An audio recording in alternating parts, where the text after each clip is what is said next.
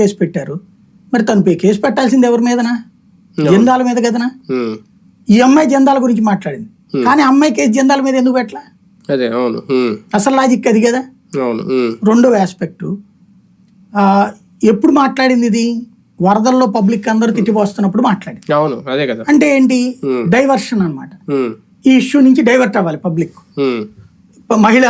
మహిళ గురించి మాట్లాడుతున్నాను, ఆ మాట్లాడిన రోజున ఏమైనా మాట్లాడిందా? లేదు కదా.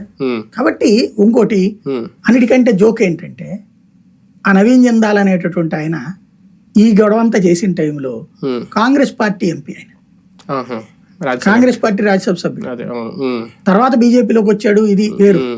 అతను కాంగ్రెస్ పార్టీ నాయకుడు పుట్టినప్పటి నుంచి, స్టార్టింగ్ నుంచి. అతను వేరే పార్టీ నుంచి కాంగ్రెస్ లోకి రాలా. కాంగ్రెస్ నుంచి 2 టర్మ్స్ కూడా కాంగ్రెస్ అయిపోయిన తర్వాత బీజేపీతో సంబంధాల కోసం మెయింటైన్ చేస్తున్నాడు అతను. వాస్తవంగా అతను కాంగ్రెస్ పార్టీ ఎంపీ. అతని మూలంగా అసెంబ్లీలో చాలా పెద్ద చర్చలు జరిగినాయి. జందాల్ కాంగ్రెస్ పార్టీ ఎంపీ కాబట్టినే ఇక్కడున్న గనులన్నీ రాజశేఖర రెడ్డి దోచిపెడుతున్నాడు జందాల్కి, జందాల్ స్టీల్స్ కి ల్యాండ్స్ ఇచ్చేస్తున్నాడు, అరక్ ఏజెన్సీ అంత తవ్వుతున్నది ఆయనే. ఇవన్నీ జందాల్ గురించి గొడవ చేసిందే తెలుగుదేశం రాజశేఖర రెడ్డికి వ్యతిరేకంగా. ఎందుకు? జందాల్ కాంగ్రెస్ ఎంపీ కాబట్టి అని. మరి అట్లాంటి జందాల మీద ఈవిడ ఆరోపణ చేస్తుంది.